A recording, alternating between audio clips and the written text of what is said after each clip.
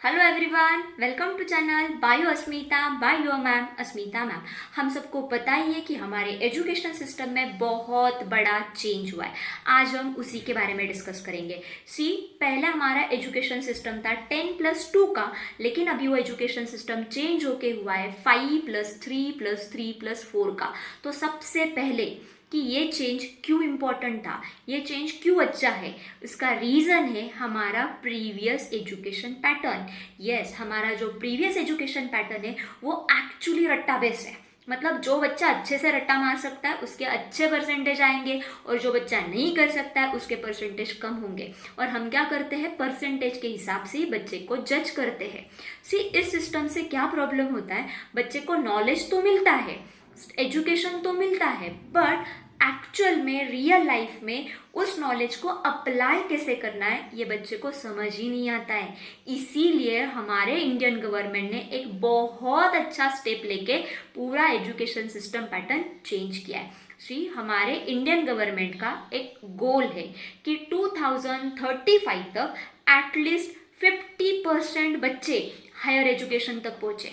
Yes, अभी ये percentage सिर्फ 25 to 26% है।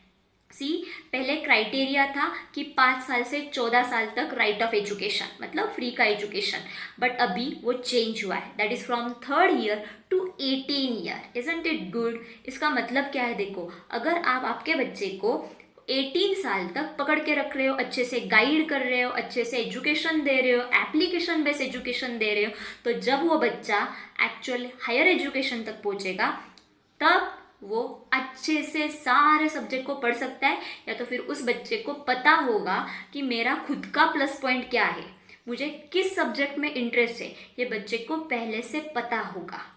नाउ ये 5 वाला पैटर्न क्या है, इस पैटर्न के अकॉर्डिंग अप टू 3 इयर्स आप अपने बच्चे को आपके पास रखो, जैसे चाहते हो वैसे उसको संभालो, बट उसके बाद अप टू 5th स्टैंडर्ड उसको जो भी एजुकेशन दिया जाएगा वो एजुकेशन बोर्ड पैटर्न से नहीं होगा।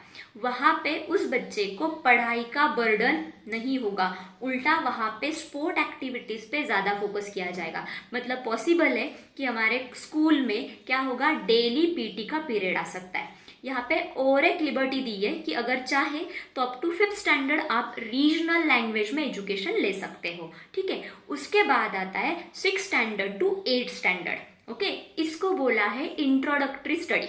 मतलब क्या है कि यहाँ पे सपोज हम साइंस का एग्जाम्पल लेते हैं, ठीक है, तो साइंस में क्या होता है, फिजिक्स, केमिस्ट्री, बायोलॉजी, ऐसा ग्रुपिज्म आता है। लेकिन according to this new pattern 6th standard to 8th standard में ऐसा ग्रुपिज्म नहीं होगा। अगर हम साइंस का एग्जाम्पल लेते हैं तो उस बच्चे को इन 3 सालों में सिर्फ साइंस का बेसिक फंडामेंटल सिखाया जाएगा, सो दैट वो बच्चा आगे जाके जब एडवांस स्टडी करेगा तो उस सब्जेक्ट को बहुत अच्छे से समझ सकेगा।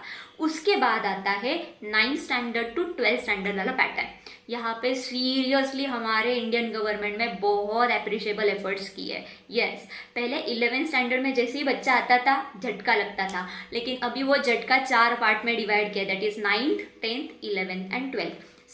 पहले क्या होता था, सपोज आपको बायो अच्छा लगता है, ठीक है, और बायो में ही करियर करना है, तो आपको एक पर्टिकुलर ग्रुप लेना पड़ता था, like physics, chemistry and biology, ये आपके सब्जेक्ट होते थे, राइट। लेकिन अभी नए पैटर्न के अकॉर्डिंग क्या चेंज है, देखो, सपोज आपको बायो अच्छा लगता है और बायो के साथ साथ कंप्यूटर्स भी अच्छा लगता है, ठीक है, तो now you can select both the subject. Bio भी स्टडी कर सकते हो, कंप्यूटर्स भी स्टडी कर सकते हो, पर pre medical entrance exam that is NEET और इंजीनियरिंग का जेई वो कैंसिल नहीं हुआ है। तो अगर आपको बायो में करियर करना है तो आपको फिजिक्स एंड केमिस्ट्री तो रखना ही है, but along with this subject आपका जो भी इंटरेस्ट वाला सब्जेक्ट है, लाइक कंप्यूटर्स है या स्टैटिस्टिक्स वगैरह, जो भी कोई सब्जेक्ट है आप उसको भी पढ़ सकते हो। इसका मतलब आप अपने इंटरेस्ट के अकॉर्डिंग आपका ग्रुप सिलेक्ट करके पढ़ाई कर सकते हो। इसके अलावा एजुकेशन सिस्टम ने और भी कुछ पॉइंट्स ऐड किए, जैसे कि प्राइवेट कॉलेजेस पे कैप। यस, हम सब डरते हैं प्राइवेट कॉलेजेस के फीस से, बट अब ये नहीं होगा। प्राइवेट कॉलेज वाले अपने हिसाब से फीस नहीं डिसाइड कर सकते, जो भी फीस स्ट्रक्चर होगा उसके ऊपर हमारे गवर्नमेंट का वॉच होगा। ओके, सो ये एक बहुत अच्छी बात है। दूसरा एक फैक्टर इंट्रोड्यूस किया है, that is online education. Okay, see this due to this कोविड-19 हम सबको ऑनलाइन एजुकेशन का इंपॉर्टेंस पता चला है, राइट। तो हमारे एजुकेशन सिस्टम ने क्या डिसाइड किया कि एक साल में एक बच्चा जो भी कुछ सीखने वाला है उसका कुछ पोर्शन या उसका कुछ पार्ट ऑनलाइन सिखाया जाएगा, सो दैट उस बच्चे को सिलेबस से कोप अप करना ईजी हो जाएगा। तीसरा, one of the important factor that is entry and exit. Now what is this entry and exit? See, पहले क्या होता था कि आपने डिग्री के लिए एडमिशन लिया, 3 साल की या 4 साल की डिग्री है, ठीक है, आपने 1 साल पढ़ा, 2 साल पढ़ा और कुछ प्रॉब्लम्स के चलते आपने आपका एजुकेशन बंद किया। ओके, और कुछ सालों बाद आपको फिर से वही पढ़ना है तो आपको फर्स्ट ईयर से स्टार्ट करना पड़ता था।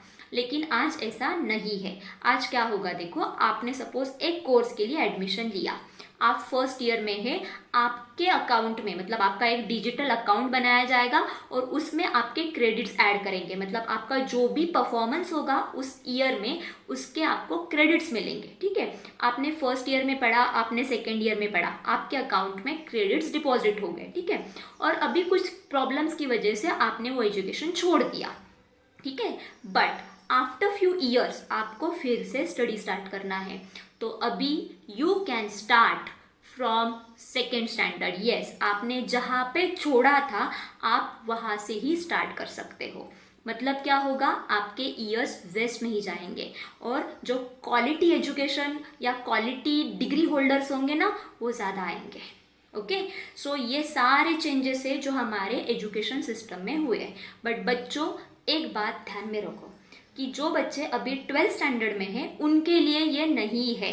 अभी सिर्फ ये इन्फॉर्मेशन हमारे इंडियन गवर्नमेंट ने डिस्प्ले किया है, बताया कि हम ये करने वाले हैं, लेकिन ये इस ईयर के लिए नहीं है।